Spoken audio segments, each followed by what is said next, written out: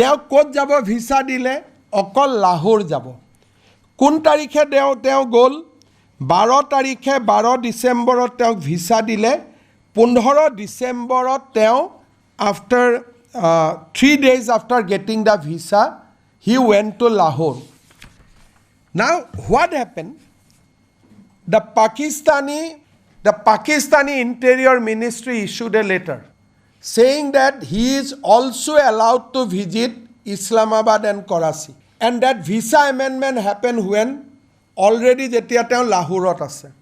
Eta apunaluke muk kok jodi ami Londonot jao মোৰ ভিসাখন লণ্ডনৰ এম্বেসিয়ে মাতি আনি মোক ভিসাখন দিব নেকি বেলেগ ভিসা আপোনাক জি ভিসা লাগিব ইন্ডিয়াতে লৈ যাব লাগিব that visa cannot be changed in Lahore but you can clearly read so and so allowed to visit Islamabad and Karachi White Ministry of Interior Government of Pakistan letter dated 16/12/2013 so 15 Gaurav arrived in Lahore and 16 Ministry of Interior recognized his presence in Pakistan and invited him in my language to Islamabad and Karachi.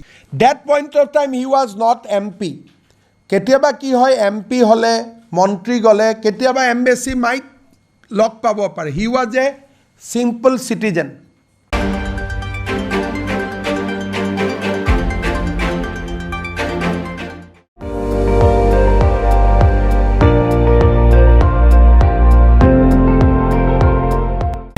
আপুনি চাই আছে ND24 সৰ্বশ্ৰেষ্ঠ নহয় সৰ্বোত্তমৰ দৌৰত